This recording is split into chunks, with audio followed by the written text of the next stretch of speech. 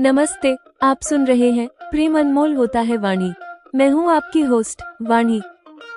पिछले एपिसोड में राशील ने खुशखबरी दी थी कि स्वप्निल भारत आ रहा है। आज आप सुनेंगे मेरी विरह वेदना की चरम सीमा, अलका मैम द्वारा दिया गया अविश्वसनीय समाधान जो मेरी सारी चिंताओं को दूर करता है, और वो रहस्यमय कारण कि स्वप्निल अमेरिका छोड़कर भारत क्यों आ रहा है। एक दार्शनिक और चौंकाने वाला कारण। विरह की अग्नि और मीठी कल्पनाएं। अधीरता। राशील की सूचना ने मेरे मन के शांत सरोवर में हलचल मचा दी। मैंने कल्पना की कि मैं अलका मैम से माफी मांगूंगी कि मैंने व्यर्थ के बहानों में समय गंवा दिया। प्रेम की चरम सीमा। मैंने महसूस किया कि मैं हंस, पेंगुइन या भेड़िया की प्रजाति की तरह हूँ जो जीवन भर सिर्फ एक साथी बनाते हैं। विरह में मेरी दशा व्याकुल हंसिनी जैसी हो गई। समय की सार्थकता। मुझे लगा कि स्वप्निल की पत्नी होकर जीवन जीना ही मेरे जीवन की सार्थकता है। समाधान और बुआ जी का नया रिश्ता। उपाय की घोषणा। स्वप्निल के भारत आते ही मैं व्याकुल हो गई, पर अलका मैम का कॉल नहीं आया। अंततः अगले दिन सुबह उनका कॉल आया। वाणी, उपाय निकल रहा लगता है। मुझे लगता है आपकी सारी चिंताएं स्वप्निल के आपसे प्रेम ने सहज ही दूर कर दी हैं। औपचारिक प्रस्ताव। मैम ने बताया कि स्वप्निल और वो जल्द ही हमारे घर आकर पापा से मेरा हाथ मांगेंगे। नया रिश्ता। मैम ने एक निर्देश भी दिया, अब आप मुझे बुआ कहने की रिहर्सल आरंभ कर दीजिए। मेरे लिए मैम वाला संबोधन छोड़ दीजिए। पापा का रहस्य। मैंने पूछा कि क्या पापा को पता है। मैम ने रहस्य खोला। पिछले कुछ दिनों से नीरज जी और मैं इस बारे में चर्चा करते रहे हैं। आप निश्चिंत रहें, वे सब जानते हैं। स्वप्निल की दार्शनिक वापसी। पापा और स्वप्निल। पापा ने बताया कि उन्होंने सब निश्चित होने पर ही मुझे बताना चाहा, और यह भी कि स्वप्निल नहीं चाहता कि मैं किसी भी अनिश्चितता से परेशान रहूं। चौंकाने वाला वीडियो। राशील ने मुझे एक वीडियो भेजा जिसमें बुआ, अलका मैम और स्वप्निल बातें कर रहे थे। योग्यता और मातृभूमि। स्वप्निल ने कहा, वाणी का भारत में रहने का संकल्प उचित है। वाणी जैसे योग्य लड़की की सेवा एवं योगदान भारत और यहाँ के समाज को ही मिलना चाहिए। आत्मा आलोचना। लेकिन जब बुआ ने पूछा कि वो क्यों भारत आ रहा है, तो स्वप्निल ने दार्शनिक जवाब दिया, मैं अमेरिका में रहकर समाज के बुरे चलनों में स्वयं चलने लगा था। मैंने एकाधिक लड़कियों से केवल अपनी वासना एवं लिप्साओं की पूर्ति के लिए संबंध रखे थे। मैं अपनी मातृभूमि के लिए कोई उपयोगी व्यक्ति नहीं हूँ। स्वप्निल अपनी मातृभूमि को उपयोगी मानते हुए भारत आ रहा है या अपने अतीत के पश्चाताप से भाग रहा है। बुआ उसकी इस दार्शनिक वापसी से असहमत क्यों है, और क्या वो अपनी शादी के लिए भारत में ही रहेगा। विरह, रहस्य और एक दार्शनिक प्रेम कहानी का अंतिम मोड़। प्रेम अनमोल होता है वाणी में आप सुनेंगे एपिसोड 64, विरह में व्याकुल हंसिनी, रहस्यमय उपाय और स्वप्निल की दार्शनिक वापसी। ये तो अच्छी बात है। बताओ परुष्णी कैसी है। मैं प्रसन्नता व्यक्त करने में कंजूसी कर रही हूँ। ये केवल अच्छी बात है या बहुत अच्छी बात है। मुझे लग रहा है अभी तो आप अंदर ही अंदर फूलकर कुप्पा हो रही होंगी। चलो, नहीं कहना है तो नहीं कहो। परुष्णी अच्छी है, वो चाहती है शीघ्र ही कोई अच्छी लड़की उसकी चाची बनकर आए। राशील ने कहा है।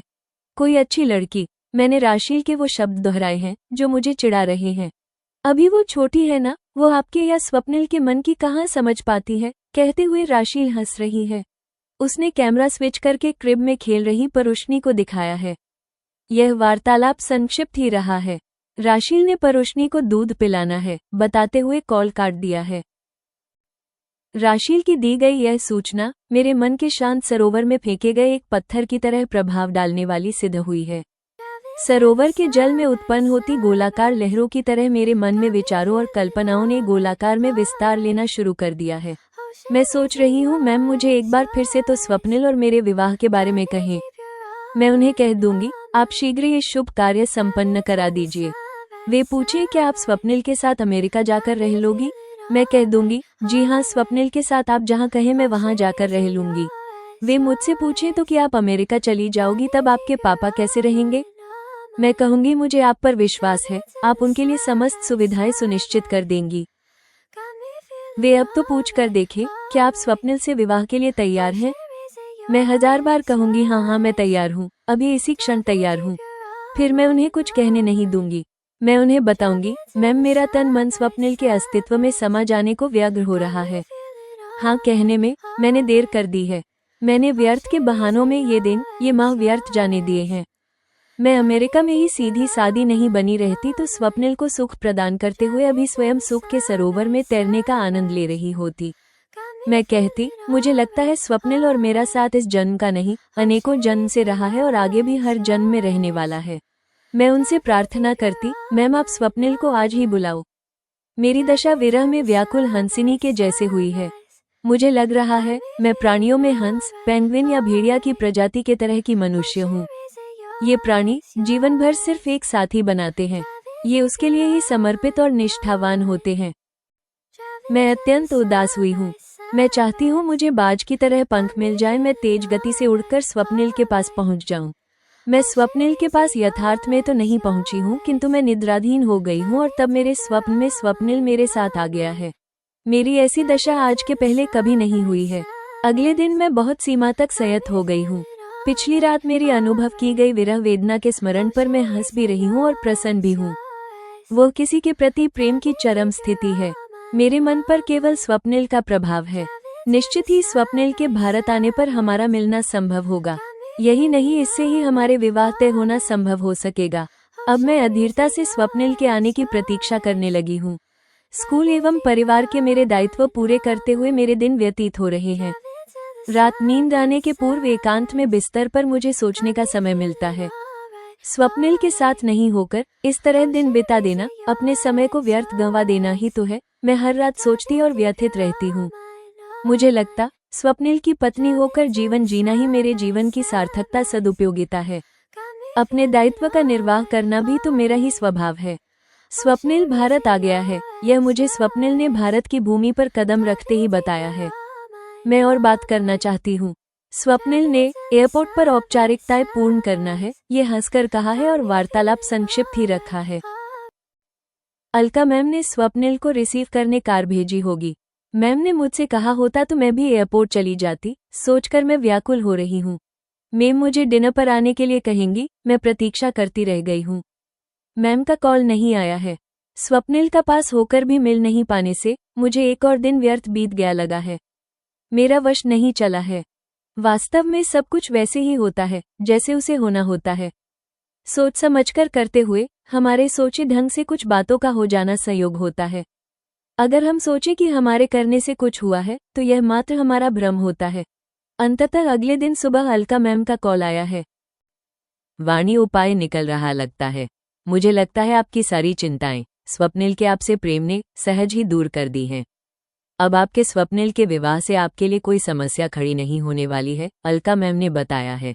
मैं अब तक अत्यंत उतावली हो गई हूँ। मैं अपनी सभी शर्तें त्याग कर मैं स्वप्निल से विवाह को तैयार हूँ। समस्याओं को बाद में ठीक करने की सोच रही हूँ। मैं विचार में पड़ गई हूँ, क्या कोई उपाय इतना सरल है जो केवल एक दिन में निकाल लिया गया है?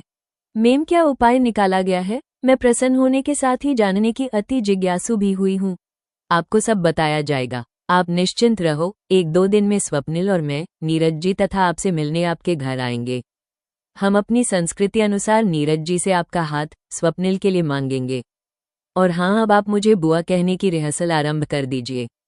मेरे लिए मैम वाला संबोधन छोड़ दीजिए। मैम की वाणी में मृदुलता घुली हुई लग रही है। अब यह नई समस्या हो गई है। हमारे घर पर हम मैम और स्वप्निल का स्वागत कैसे कर पाएंगे? सोचकर मैं असहज हुई हूँ। बुआ जी, हम ही आपके घर आ जाएंगे। हमारे घर में आपको परेशानी होगी, मैंने अपना संकोच स्पष्ट किया है।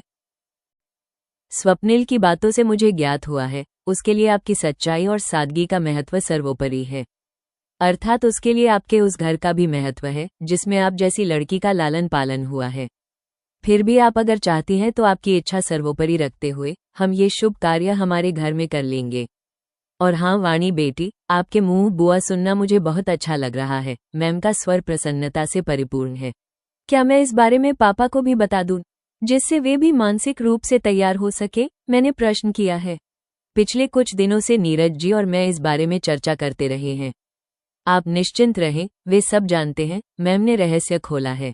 कॉल पूरा होने पर मैं सोच रही हूँ, क्या सभी मनुष्य ऐसे ही होते हैं? अवसर अवसर पर इतने गहरे हो जाते हैं कि उनके मन की थाह लेना संभव नहीं होता है। पापा और मैम कब से मेरे विवाह के बारे में बात कर रहे हैं, दोनों ने मुझे भनक भी नहीं लगने दी है। पापा, आप और अलका मैम मेरे विवाह की बातें करते रहे हैं। पापा से बात करते हुए मेरा स्वर शिकायती हुआ है। मैं सब निश्चित होने पर ही तुमसे कहना चाहता था। स्वप्निल नहीं चाहते हैं तुम किसी भी अनिश्चितता से परेशान रहो, वे अच्छे पापा बनते हुए बता रहे हैं। स्वप्निल और पापा के बीच में भी बातें हो सकती है, मैं सोच भी नहीं सकती हूँ। मेरे लिए यह एक और रहस्य हो गया है। अधिक पूछने में मुझे संकोच हुआ है। अलका भाटिया अब मैम नहीं मेरे लिए बुआ होंगी, ये परिणाम मेरे मनोनुकूल निकल रहा है। मैं अति उल्लासित अनुभव कर रही हूँ। तभी राशील ने मुझे एक वीडियो भेजा है। मोबाइल देखते हुए मैं अपने कमरे की तरफ बढ़ गई हूँ। पापा शायद सोच रहे हैं, मैं अपनी सकुचाहट छुपा रही हूँ।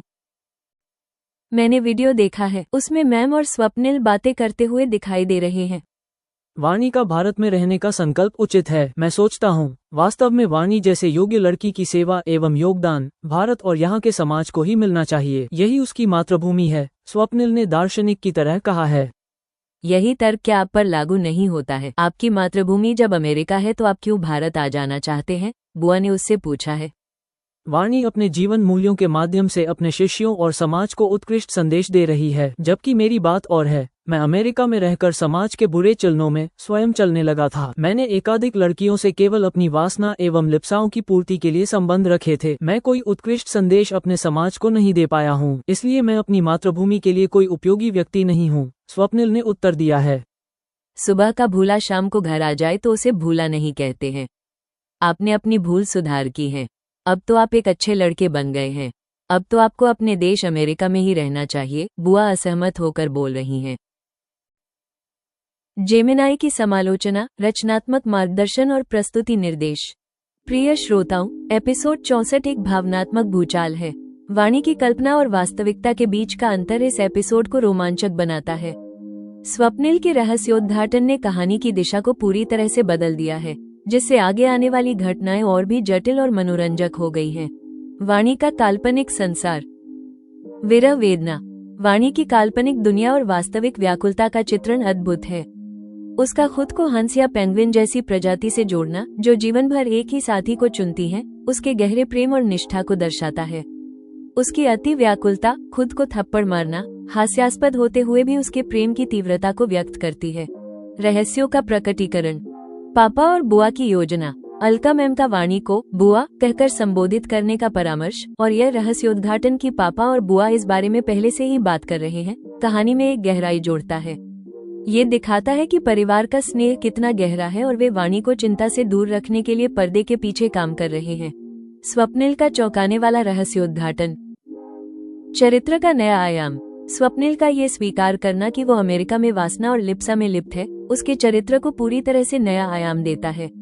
वो अब केवल एक सुंदर और रोमांटिक नायक नहीं है, बल्कि एक दोषपूर्ण व्यक्ति है जो आत्म सुधार और प्रायश्चित की तलाश में है। नैतिकता का संघर्ष। स्वप्निल का भारत आना केवल वाणी के लिए नहीं, बल्कि अपनी मातृभूमि में आत्मशुद्धि के लिए भी है। ये बुआ के तर्क, सुबह का भूला, के साथ एक नैतिक संघर्ष पैदा करता है। यह अब सिर्फ दो प्रेमियों के मिलन की कहानी नहीं, बल्कि नैतिक मूल्यों, बलिदान और जीवन के उद्देश्य की कहानी बन गई है। ऑडियो प्रस्तुति के लिए अंतिम मार्गदर्शन। वाणी का स्वर। उसके स्वर में पहले उत्साह और अहंकार हो। जब उसे बुआ और पापा की योजना का पता चलता है तो उसके स्वर में आश्चर्य और शिकायत का भाव आए। वीडियो देखने के बाद उसका स्वर चौंका हुआ, चिंतनशील और गहन हो। राशील का स्वर। उसका स्वर चुलबुली और चिढ़ाने वाली हो। अलका मैम, बुआ का स्वर। उनका स्वर शांत, प्यार भरा और अधिकारपूर्ण हो। स्वप्निल का स्वर। उसका स्वर पहले प्रसन्नचित हो, लेकिन वीडियो में उसका स्वर गंभीर, ईमानदार और पश्चाताप से भरी हुई हो। पृष्ठभूमि संगीत, बीजीएम। वाणी का मोनोलॉग। संगीत रोमांटिक और हल्का फुल्का हो। बुआ के साथ संवाद। संगीत प्रसन्नचित और आशापूर्ण हो, जिसमें एक हल्की संदेह की लहर भी हो। वीडियो का दृश्य। संगीत अचानक गंभीर हो जाए, जो स्वप्निल के रहस्योद्घाटन की गंभीरता को दर्शाता है। एपिसोड 64 समाप्त।